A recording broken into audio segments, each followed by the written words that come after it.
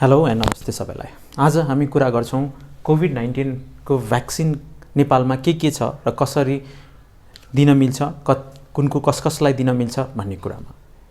So let's begin on कोभिड-19 vaccination in Nepal. नेपालमा कुरा गर्ने हो भन्दाखेरि हाम्रो कस्तो छ भन्दाखेरि एप्रुभ भ्याक्सिन नेपालमा चाहिँ कोभिडसिल्ड, जुन हामीले चाहिँ एस्ट्राजेनेकाको नामले पाउँथ्यौं, त्यो कोभिडसिल्ड पनि नेपालमा हामी धेरै मान्छेले लगाइसकेका छौं र अर्को चाहिँ हाम्रो साइनोफार्मको नाम चाहिँ अर्को भेरोसेल। यो दुईटा भ्याक्सिन चाहिँ नेपालमा अहिले लगाइरहेको छ। तर नेपाल सरकारले के गरेछ भन्दाखेरि कसलाई त इमर्जेन्सी युज अफ अथराइजेसन भनेर नेपालमा अरु कुन भ्याक्सिन चाहिँ हामीले लगाउन मिल्छ भन्ने कुरा बुझ्दाखेरि एउटा चाहिँ कोभिडसिल्ड जुन एस्ट्राजेनेका भइहाल्यो, अर्को चाहिँ स्पुटनिक भी भन्ने जुन रसियन भ्याक्सिन हो, त्यसपछि अर्को चाहिँ साइनोभ्याक र साइनोफार्म, यो दुईटै चाहिँ कस्तो भन्दा नि चाइनिज भ्याक्सिन हो र अर्को चाहिँ कोभ्याक्सिन जुन इन्डियन भ्याक्सिन हो। सो हाम्रो देशमा चाहिँ यो युके बेस्ड इन्डिया भनेको कोभिडसिल्ड हामीले लगाइ नै रहेछौं। स्पुटनिक भी रसियन भ्याक्सिन हो, साइनोभ्याक र साइनोफार्म चाइनिज भ्याक्सिन हो र यो कोभ्याक्सिन भनेको चाहिँ इन्डियन भ्याक्सिन हो। यो सबै नेपालमा हामीले ल्याएर लगाउन मिल्छ। सरकारले लगाएर अहिले दिइरहनु भएको हुनाले हामीले खासै त्यस्तो अप्ठ्यारो परिरहेको छैन। तर जुन दिन चाहिँ पब्लिकलाई पनि यदि प्राइभेटले पनि लगाउन यदि खोल्यो भने यो सबै भ्याक्सिन हामीले नेपालमा इम्पोर्ट गरेर लगाउन सक्छौं। तर एउटा कुरा के पनि बुझ्नु पर्यो भन्दा नि यो सबै भ्याक्सिनहरु चाहिँ फेरि WHO ले एप्रुभ गरिसकेका छैन संसारभरि युज गर्नलाई। WHO ले एप्रुभ गरेको चाहिँ साइनोफार्म र साइनोभ्याक, यो दुईटा भाइरस जुन चाइनिज कम्पनीले बनाएको, चाइना भनेको, त्यो चाहिँ एप्रुभ गरिसकेको छ। त्यसपछि फाइजर, मोडर्ना र जन्सन एन्ड जन्सन यो पनि WHO ले एप्रुभ गरिसकेको छ। यो तीनटै त नेपालमा पाउने अहिले कुरै पनि भएन। अनि इन्डिया र युके बाट बनेको चाहिँ एस्ट्राजेनेका पनि WHO ले एप्रुभ गरिसकेको छ। सो WHO ले एप्रुभ गरेको एस्ट्राजेनेका र साइनोफार्म यानी कि कोभिडसिल्ड र भेरोसेल, यो दुईटै भ्याक्सिन चाहिँ WHO ले एप्रुभ गरेको हामी नेपालमा लगाइरहेछौं। बाँकी स्पुटनिक भी र कोभ्याक्सिन चाहिँ यो जुन भारतमा बनेको यो पनि WHO ले एप्रुभ गरेको छैन। रसियन स्पुटनिक भी लाई पनि WHO ले एप्रुभ गरेको छैन। नेपालमा आइ नसकेको तर WHO ले एप्रुभ गरेको र नेपालले पनि एप्रुभ गरेको चाहिँ साइनोभ्याक हो। त्यो पनि हामीले फ्युचरमा ल्याएर लगाउन सक्छौं। हाम्रो अर्को अप्सन चाहिँ त्यो हुन सक्छ। अब भ्याक्सिनको कुरा गर्दाखेरि पहिला चाहिँ हामीले अलिकति बेसिक कन्सेप्टबाट जाउँ। हेर्नुस्, भ्याक्सिन भने कस्तो हो त भन्दाखेरि भ्याक्सिनले हाम्रो शरीरमा इम्युनिटी प्रोड्युस गर्छ। इम्युनिटी के कस्तो हुन्छ भन्दा नि मान्छेको इम्युनिटीलाई दुई भागले डिभाइड गरिएको हुन्छ। एउटा चाहिँ नेचुरल अनि एउटा चाहिँ आर्टिफिसियल। भन्नाले एउटा नेचुरली नै आउने, एउटा चाहिँ बनावटी कृत्रिम भनौं या बाहिरबाट आउने। नेचुरली चाहिँ कस्तो हुन्छ भन्दा नि हामीलाई कुनै रोग लाग्छ, जस्तै कोरोना भाइरस लाग्यो या रोग लाग्यो तर थाहा पाएनौं, त्यस्तो रोगहरु क्लिनिकल और सब क्लिनिकल इन्फेक्सन भन्छु त्यसलाई। त्यस्तो रोग लागेर हामी जितेर जुन शरीरमा एन्टिबडी बन्छ त्यो चाहिँ नेचुरल एक्टिभ इम्युनिटी हो। अर्को चाहिँ नेचुरल प्यासिभ इम्युनिटी हुन्छ। त्यो भने चाहिँ कस्तो भन्दाखेरि नेचुरल त नेचुरली, जस्तै मदरबाट बच्चामा आउने, जस्तै कि पेटमा बच्चामा आउँदाखेरि प्लासेन्टा थ्रु इम्युनोग्लोबिन जी बच्चामा आउँछ र ब्रेस्ट मिल्कमा थ्रु दूधबाट चाहिँ बच्चाहरुमा इम्युनोग्लोबिन ए भनेर आउँछ। सो एन्टिबडी त मदरबाट बच्चामा जान्छ। त्यो पनि के हो त नेचुरल र तर प्यासिभ इम्युनिटी हो। त्यस्तै जुन कृत्रिम भन्छौं, जुन आर्टिफिशियल भन्छौं, त्यो पनि हाम्रो इम्युनिटी दुई खाले हुन्छ, एक्टिभ र प्यासिभ। एक्टिभमा खास हुने के हो भन्दाखेरि शरीर आफैले रोल गर्नुपर्छ एन्टिबडी बनाउनलाई, इम्युनिटी बनाउनलाई। एक्टिभमा के पर्छ? भ्याक्सिनेसन। प्यासिभमा चाहिँ के पर्छ भन्दाखेरि प्यासिभमा चाहिँ प्रिफर्म एन्टिबडी। तपाईहरुले कहिले सुन्नु होला कि कुनै रोड ट्राफिक एक्सिडेन्ट भयो, इम्युनोग्लोबिन हामीहरु दिन्छौं, एन्टी डिप्थेरिक सेरम भयो, एन्टी हर्स सेरम भयो, यिनीहरु चाहिँ एन्टी टिटेनस सेरम भयो, यिनीहरु चाहिँ आर्टिफिशियल तर प्यासिभ इम्युनिटी पर्छ। आर्टिफिशियल एक्टिभमा कुन पर्छ भन्दाखेरि भ्याक्सिनेसनहरु। किन भ्याक्सिनेसनहरु एक्टिभ आर्टिफिशियल हुँदै एक्टिभमा किन पर्यो भन्दाखेरि यो चाहिँ हाम्रो शरीरमा लगाउने बित्तिकै हाम्रो शरीरले चाहिँ रोल प्ले गर्नुपर्छ एन्टिबडी बनाउनलाई। सो भ्याक्सिनको मेन काम त के हो भन्दा नि आर्टिफिशियल एक्टिभ इम्युनिटी प्रोड्युस गर्ने हो हाम्रो हामीलाई। अब त्यसमा के हुन्छ त के त भ्याक्सिनमा भन्दाखेरि भ्याक्सिनमा हामीले कुनै पनि कम्पोनेन्ट, भाइरसको होस्, ब्याक्टेरियाको होस्, फंगसको, जसको एगेन्स्टमा हामीले दिन खोजेको त्यसको कम्पोनेन्ट चाहिँ हामीले त्यो भ्याक्सिनमा हालेको हुन्छ। तर त्यो के हुन्छ भन्दा नि हाम्रो शरीरभित्र गएपछि त्यो मल्टिप्लाई हुन सक्दैन, त्यसले हामीलाई रोग बनाउन सक्दैन। सो हामीले भाइरस चाहिँ हाल्छौं, भाइरसको पार्ट हाल्छौं एक्चुअली, तर त्यसले चाहिँ के गर्छ भन्दा नि हामीलाई रोगी बनाउन सक्दैन, हामी भित्र गएर मल्टिप्लाई हुन सक्दैन, हामीलाई चाहिँ रोगी बनाउन कुनै पनि तरिकाले सक्दैन। तर उसको स्ट्रक्चर प्रिजर्भ भएको हुनाले त्यो हेरेर एन्टिबडी हाम्रो शरीरले के गर्छ त भन्दाखेरि जिउँदो या मरेको बुझ्दैन। उसले त के बुझ्छ भन्दा नि यो कुरा चाहिँ बाहिरको। हामीले जब मरेको भाइरसको पार्ट हाल्छौं त्यसपछि शरीरले त्यसलाई चाहिँ फरेनको रूपमा बुझ्छ र त्यसको एगेन्स्टमा एन्टिबडी बनाउन थाल्छ। र त्यो एन्टिबडी बनिसकेपछि के हुने भन्दाखेरि त्यो एन्टिबडी बनिसकेपछि अब जब साच्चीकै जिउँदो भाइरस, लाइभ भाइरस कन्ट्याक्टमा आउँछ त्यतिबेला के हुन्छ भन्दाखेरि त्यो बनेको एन्टिबडीले त्यसलाई चाहिँ न्युट्रलाइज गरिदिन्छ र न्युट्रलाइज गरिसकेपछि हामीलाई के हुन्छ त्यो लाइभ भाइरसले हामीलाई च्याप्न सक्दैन र हामीले त्यसलाई न्युट्रलाइज गर्छ, निष्क्रिय गरेर हामीलाई चाहिँ रोगी हुनबाट बचाउँछ। सो भ्याक्सिनको मेन उद्देश्य के रहेछ त भन्दाखेरि भ्याक्सिनमा भाइरसकै कम्पोनेन्ट हाल्ने र त्यसले चाहिँ हाम्रो शरीरमा गएर ट्रिगर गरोस् इम्युन सिस्टमलाई, इम्युनिटी बनोस्, एन्टिबडी बनेर बसोस् लेभलभन्दा माथि। जब साँच्चीकै लाइभ भाइरस आउँछ त्यसलाई यसले न्युट्रलाइज गरिदियो, निष्क्रिय गरिदियो र हामीलाई रोग गर्नबाट बचाउँछ। अब कोरोना भाइरसको कुरा गर्दाखेरि मेनली चाहिँ के हामी बुझिसकेका छौँ भन्दाखेरि कोरोना भाइरसमा स्पाइक प्रोटिन हुन्छ। स्पाइक प्रोटिनले के गर्छ, हाम्रो शरीरको ACE2 रिसेप्टरसँग ब्यान्डमा एट्याच हुन्छ र हाम्रो शरीरको सेलभित्र छिर्ने गर्छ। अब भ्याक्सिनले के गर्नु पर्यो भन्दाखेरि एकपल्ट सेलभित्र भाइरस छिरिसकेपछि चाहिँ एन्टिबडीले इम्युनिटीको एन्टिबडीले चाहिँ के रोल गर्दैन, त्यसपछि चाहिँ अर्कै इम्युनिटी पार्ट खेल्नु हुनुपर्छ, त्यसलाई सेल मेडिएटेड इम्युनिटी भन्छ, सेललाई नै मार्ने। तर एन्टिबडी जुन हामी भ्याक्सिन दिन्छौँ त्यसको जुनको उद्देश्य चाहिँ एन्टिबडी बनाउने हो, त्यसको उद्देश्य के हुन्छ भन्दाखेरि भाइरस हाम्रो शरीरमा गयो तर त्यो सेलभित्र छिर्नुभन्दा पहिले नै त्यसलाई न्युट्रलाइज गरेर निष्क्रिय गरेर शरीरबाट निकालिदिने काम हुन्छ। सो हामीले के गर्छौँ, हामीलाई थाहा भइसकेको छ कि कोरोना भाइरसको चाहिँ स्पाइक प्रोटिन चाहिँ हाम्रो एन्जिटेन्सिन 2 रिसेप्टरसँग बाइन्ड गर्छ र बाइन्ड गरिसकेपछि हाम्रो सेलमा छिर्छ र त्यसपछि हामीलाई एफेक्ट गर्छ। हामी के गर्छौँ त एन्टिबडी यसरी बनाउँछौँ कि त्यो स्पाइक प्रोटिनलाई चाहिँ त्यो एन्टिबडीले गएर बाइन्ड गरोस् र हाम्रो सेलको रिसेप्टरसँग नबाइन्ड गरिकन सेलभित्र नछिरोस्। अब सेलभित्र नछिरेपछि हामीलाई केही रोग लाग्दैन र त्यो भाइरस चाहिँ त्यो एन्टिबडीले त्यसलाई न्युट्रलाइज गरेर निकालिदिन्छ। सो हाम्रो मेन टार्गेट चाहिँ भाइरसको स्पाइक प्रोटिन नै हो भयो। अब त्यसलाई चाहिँ हामीले के गर्छौँ त स्पाइक प्रोटिन चाहिँ थुप्रै तरिकाले हामीले हाम्रो शरीरमा लाई दिन सक्छौँ, मरेको स्पाइक प्रोटिन र जसमा चाहिँ शरीरले चाहिँ एन्टिबडी त्यो अनुसार बनाउँछ। अब त्यसको थुप्रै मेकानिजमहरू छ, जस्तै कि हामीले mRNA बेस्ड हाल्न सक्छौँ, टिल्ड भ्याक्सिन हाल्न सक्छौँ, प्रोटिन बेस्ड हाल्न सक्छौँ र भाइरल भेक्टर बोर्न हाल्न सक्छौँ। हामीले लगाएको कोभिडसिल्ड जुन एस्ट्राजेनिका हो त्यो कस्तो त भन्दाखेरि भाइरल भेक्टर बोर्न हो। त्यसमा के गरेछ भन्दाखेरि तपाईँले बुझ्नुभयो भने एस्ट्राजेनिकामा चाहिँ के छ, एडिनो भाइरस हाम्रो चाहिँ एउटा भाइरस हुन्छ जुन चाहिँ चिम्पान्जीबाट लिएको भाइरस हो। त्यो चाहिँ आफैमा मल्टिप्लाई गर्दैन र आफैलाई ह्युमन शरीरमा चाहिँ मल्टिप्लाई नगर्ने भएको हुनाले हामीले त्यसमा चाहिँ स्पाइक प्रोटिन हालिदिन्छौँ र त्यो स्पाइक प्रोटिन हालिसकेपछि मान्छेलाई चाहिँ भ्याक्सिनको रूपमा दिन्छ।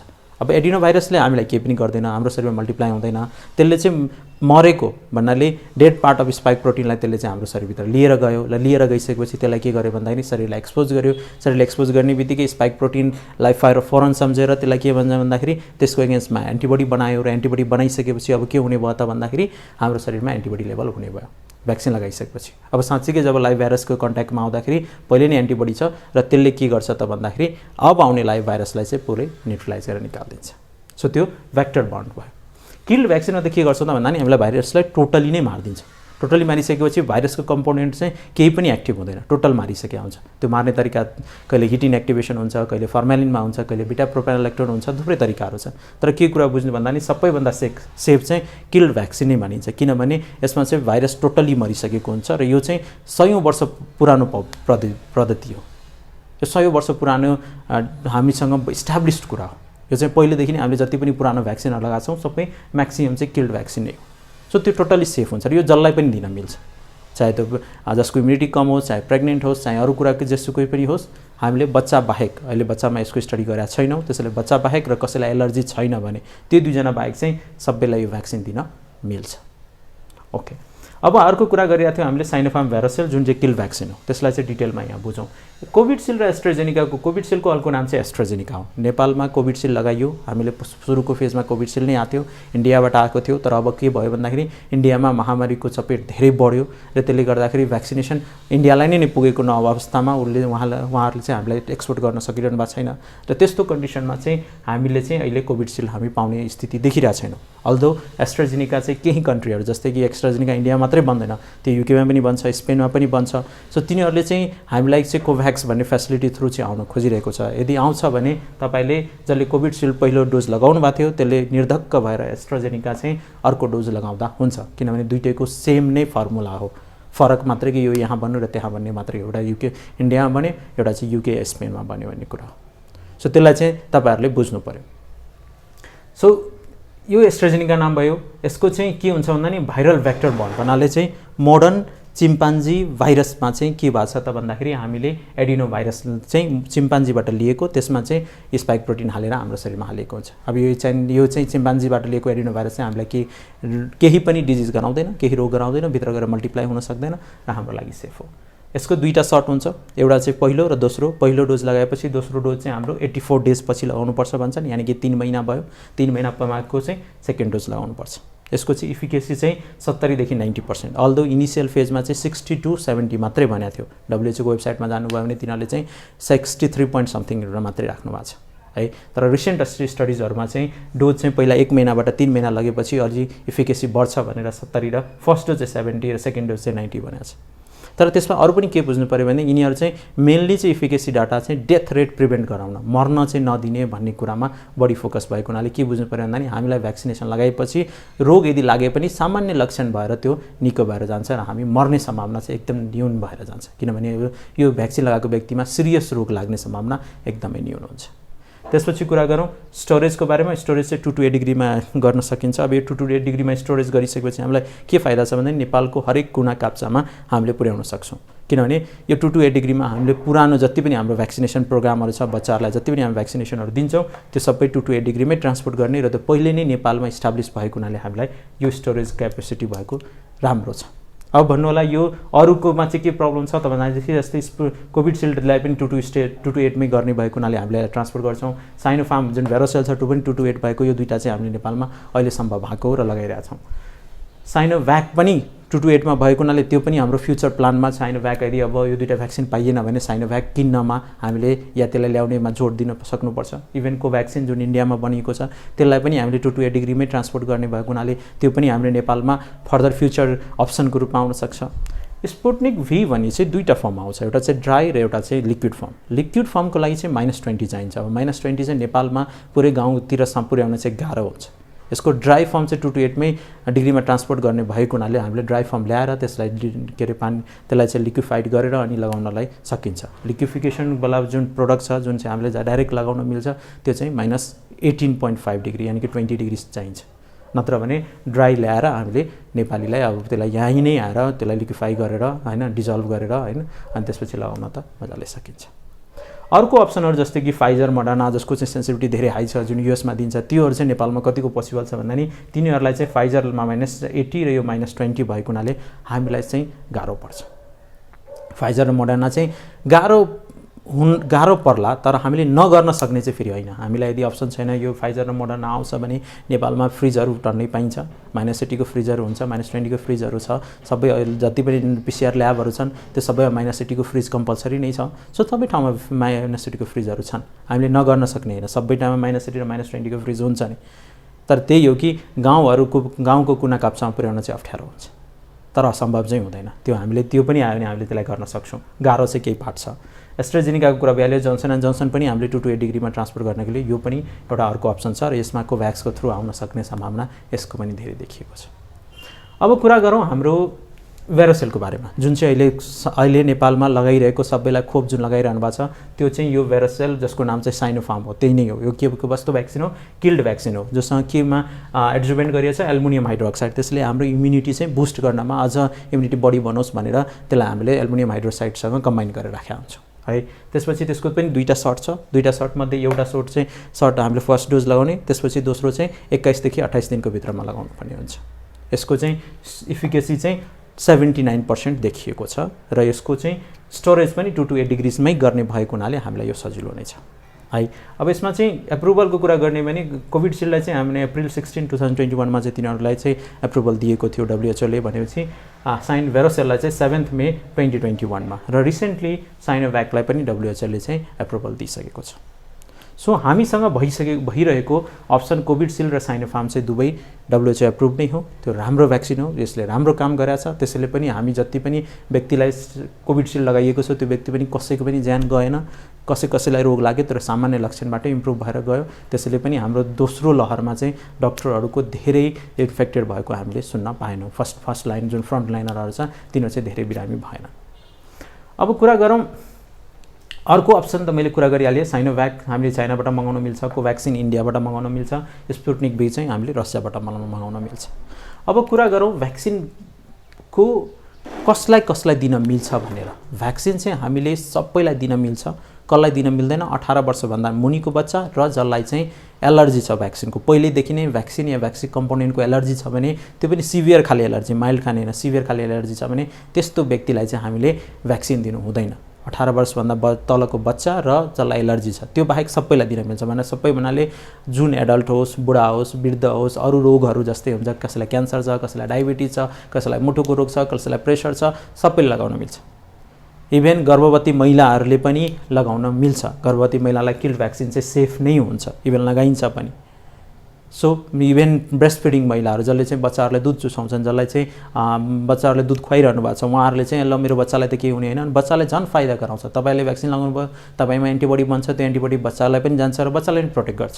इभेन प्रेग्नेन्सीमा पनि त्यही कुरा भयो कि बच्चा तपाईँको पेटमा हुनुहुन्छ, तपाईँको पेट थ्रु त नि एन्टिबडी त जान्छ नि बच्चा कहाँ। मैले अहिले अगाडि कुरा गरेको थिएँ नेचुरलमा प्यासिभ इम्युनिटी भनेर, त्यो चाहिँ मदरबाट बच्चामा जाने। सो त्योमा पनि त हामीलाई फाइदा नै हुने रहेछ। खालि के छ भन्दा नि फर्स्ट 3 मन्थ अफ प्रेग्नेन्सी जो चाहिँ अहिले तुरुन्तै प्रेग्नेन्ट हुनुभएको छ, त्यस्तो बेला बच्चाहरूको सानो अर्ग्यानहरू सबै कुराहरू डेभलप हुने भएको हुनाले त्यो समयमा चाहिँ रिस्क बेनिफिट रेसियो हेरेर दिनुपर्छ। अझ त्यस्तो व्यक्तिलाई चाहिँ किल्ड भ्याक्सिन चाहिँ सेफै हुन्छ। कहिलेकाहीँ चाहिँ यो भेक्टर 1 भ्याक्सिन जुन कोभिडसिल्ड छ त्यो चाहिँ यदि सल्लाह लिएर, डक्टरको सल्लाह लिएर लिनु होला, नत्र भने प्रेग्नेन्सीमा भ्याक्सिन लगाउन मिल्यो। दुध ब्रेस्ट फिडिङमा दुध खुवाउने बच्चा आमाहरूले पनि भ्याक्सिन लगाउन मिल्यो। जसलाई उमेर बढी छ त्यसलाई पनि लगाउन मिल्यो। पहिला चाहिँ भेरोसेलको स्टडी भएको थिएन, तर अहिले चाहिँ बुढोहरूलाई वयस जसको 64, 65 तिनीहरूलाई पनि जसले पनि लगाउन मिल्यो। अरू कुनै पनि कन्डिसन, क्यान्सरको औषधिहरू खाइरहनु भएको छ, मुटुको रोग छ होइन, ट्रान्सप्लान्ट गरेको छ, जुनसुकै कन्डिसनमा पनि भ्याक्सिन लगाउनु। झन् तपाईँहरू चाहिँ बढी रिस्क हुनुहुन्छ कोरोना भाइरस लाग्नमा, तर त्यो लाग्ने बित्तिकै तपाईँलाई त्यो रोगले ध्यान झ्याप्छ, त्यसैले भ्याक्सिन लगाउन जरुरी नै छ। हुनसक्छ कुनै व्यक्तिको इम्युनिटी कम हुन्छ, जस्तै ट्रान्सप्लान्टहरू जसको इम्युनिटी हामीले सप्रेस गरेर राखेका हुन्छौँ, त्यसलाई चाहिँ भ्याक्सिन लगाउँदाखेरि त्यति लेभल अफ एन्टिबडी जुन प्रड्युस गर्ने हो, इम्युनिटी प्रड्युस गर्ने हो त नहुनसक्छ, तर तपाईँलाई ह्याम्पर चाहिँ गर्दैन, तपाईँलाई ड्यामेज गर्दैन। त्यो कुरा चाहिँ बुझ्नुहोस्। तपाईँले चाहिँ भ्याक्सिन लगाइसकेपछि एन्टिबडी चेक गर्नु होला, लेभल कति छ। यदि 250 भन्दा माथि छ भने तपाईँमा त्यो एन्टिबडीले नयाँ भाइरस, लाइभ भाइरसलाई तपाईँलाई रोग लगाउनबाट चाहिँ बचाउँछ। सो आज हामी के कुरा बुझौँ भन्दाखेरि एटलिस्ट भ्याक्सिन चाहिँ सबैलाई लगाउन मिल्छ है, यो सबै सेफ हो र अलिअलि साइड इफेक्ट चाहिँ कोभिडसिल्डमा चाहिँ बढी देखिएको थियो, तर यस भेरोसिल्डमा केही पनि देखिएको छैन धेरै साइड इफेक्ट। सो हामीले भ्याक्सिन लगाउनु नै पर्ने हुन्छ। अब कुरो आयो केही व्यक्तिहरू जसलाई चाहिँ कोरोना भाइरस लाग्यो। कोरोना भाइरस लागेपछि कहिले भ्याक्सिन लगाउने त भन्दाखेरि कोरोना भाइरस लागेको 15 दिनदेखि 1 महिनामा चाहिँ तपाईँले भ्याक्सिन लगाउन मिल्छ। अल्दो तपाईँलाई भाइरस लागिसकेपछि तपाईँ स्वतः जुन चाहिँ इम्युनिटी मैले कुरा गरेको थिएँ, एक्टिभ नेचुरल इम्युनिटी तपाईँको भयो। अब तपाईँलाई 3 महिनासम्म तपाईँलाई यत्तिकै पनि रोग लाग्दैन, तपाईँले भ्याक्सिन नलगाए पनि फेरि कोरोना भाइरस लाग्दैन। तर 3 महिना पछि त लाग्न सक्छ नि त, त्यसैले भ्याक्सिन अहिले लगाउन जरुरी छ। तपाईँले जुन दिन निको हुनुभयो, जुन दिन तपाईँको सिम्टम हरायो, त्यसको भोलिपल्ट पनि लगाउँदा केही फरक पर्दैन। अल्दो गाइडलाइनमा कसैले चाहिँ 1 महिना भनेको छ, कसैले 3 महिना भनेको छ, तर त्यो किन भनिएको भन्दाखेरि त्यो तपाईँको एन्टिबडीले नै तपाईँलाई प्रोटेक्ट गरिरहेको छ, त्यति बेला भ्याक्सिन नचाहिने भएको हुनाले भनेको। तर यदि अहिले संसारभरि नै भ्याक्सिनको सर्टेज छ, भ्याक्सिन पाइरहेको छैनौँ हामीले, त्यति बेला चाहिँ तपाईँ इम्प्रुभ भएको दिनको भोलि पर्सिपल्ट या त 15 दिनको इन्टरभलमा जहिले तपाईँको यदि ग्याप राख्नु राम्रो हो, तर ग्याप राख्दा यदि हामीले पाइँदैन भने त्यो फेरि त्यस्तो विचार नगर्नु होला। जति बेला पाइन्छ त्यति बेला लगाइहाल्ने। कोही व्यक्ति हुनुहुन्छ जसले फर्स्ट डोज लगाउनु भयो, फेरि कोरोना लाग्यो, त्यसपछि सेकेन्ड डोज कहिले लगाउने भन्ने कन्फ्युजनमा हुनुहुन्छ भने म बुझ्न सक्छु। धेरै साथीहरूले यो प्रश्नहरू गर्छन्, मलाई धेरै फोनहरू आउँछ यो रिलेटेड। तपाईँले के बुझ्नु पऱ्यो भन्दाखेरि फर्स्ट डोज लगाइसकेपछि पनि कोरोना भाइरस लाग्न सक्छ, किनभने इफिकेसी फर्स्ट डोजको कम नै हुन्छ। त्यसले पुरै चाहिँ इम्युनिटी चाहिँ सेकेन्ड डोजको 10 देखि 15 दिनपछि बल्ल हामी चाहिँ पुरै सेफ हुने हो, त्यसको एक्चुअल इफिकेसी आउन थाल्छ। सो फर्स्ट डोजपछि हामीलाई रोग लाग्न सक्छ। त्यो रोग लाग्ने पिरियडमा हामीले के गर्नु पर्यो त भन्दाखेरि निको भइसकेको भोलि पर्सि जहिले चाहिँ तपाईँले भ्याक्सिनको पाउनुहुन्छ त्यति बेला लगाउने। यदि सकिन्छ भने 15 दिनदेखि 1 महिना चाहिँ हामीले ग्याप राख्ने हो, तर त्यो चाहिँ जरुरी छैन यदि तपाईँले भ्याक्सिन, किनभने पाउने नपाउने सम्भावना नभएको हुनाले जति बेला पाइन्छ त्यति बेला लगाउँदा हुन्छ। कुनै व्यक्ति हुनुहुन्छ जसले चाहिँ रगत पातलो गर्ने औषधिहरू खाइरहनु भएको छ, मुटु सम्बन्धी कारणले रोगले गर्दाखेरि, त्यस्तो व्यक्तिलाई चाहिँ यसले लगाउने कि नलाउने भन्ने कन्फ्युजन छ भने लगाउने, सबैले लगाउने। मैले भनिसकेको छु बच्चा बाहेक र जसलाई एलर्जी छैन त्यो बाहेक त सबैले लगाउने नै। तर उहाँलाई यदि त्यस्तो छ भने हामीले जब इन्जेक्सन दिन्छौँ, इन्जेक्सन भएपछि रगत जम्न टाइम लाग्ने हुनाले जस्तै हामी नर्मल व्यक्तिमा 1 मिनट थिच्यो भने पनि बन्द भइहाल्छ भने उहाँलाई 5 मिनटसम्म इभन कम्प्रेसन गरेर राख्ने ताकि त्यो रगत बाहिर नआओस्। सो मेन उद्देश्य यो भिडियो के भन्दाखेरि हाम्रो देशमा के भ्याक्सिनहरू चाहिँ एप्रुभ भइसकेको छ र त्यसलाई चाहिँ फ्युचरमा यदि कसैले कुनै प्राइभेटाइजेसन हुने भने यो भ्याक्सिन इम्पोर्ट गरेर हामीले लगाउन सक्छौँ। इभन यो WHO एप्रुभ भ्याक्सिनहरू चाहिँ यिनीहरू चाहिँ अझै सेफ छन्, किनभने यिनीहरूलाई चाहिँ WHO ले नै एप्रुभ गरिसकेको छ। हाम्रो देशमा पनि WHO एप्रुभल चाहिँ कोभिडसिल्ड, साइनोफार्म र साइनोभ्याक तिनटैलाई पनि हामीले चाहिँ एप्रुभ WHO वाला नै हो। सो हाम्रो देशले पनि एप्रुभ गरेको छ। यो कोभ्याक्सिन र स्पुटनिक भी पनि हाम्रो देशले एप्रुभ गरेको छ र यस्तो नसोच्नु होला कि WHO ले नएप्रुभ गरेको हुनाले हाम्रो देशमा लगाउन मिल्दैन। मिल्छ, किनभने यो स्पुटनिक भी पनि लाखौँ मान्छे रसियनले लगाएका छन्, कोभ्याक्सिन इन्डियामा लाखौँ करोड मान्छेले लगाइरहेका छन्।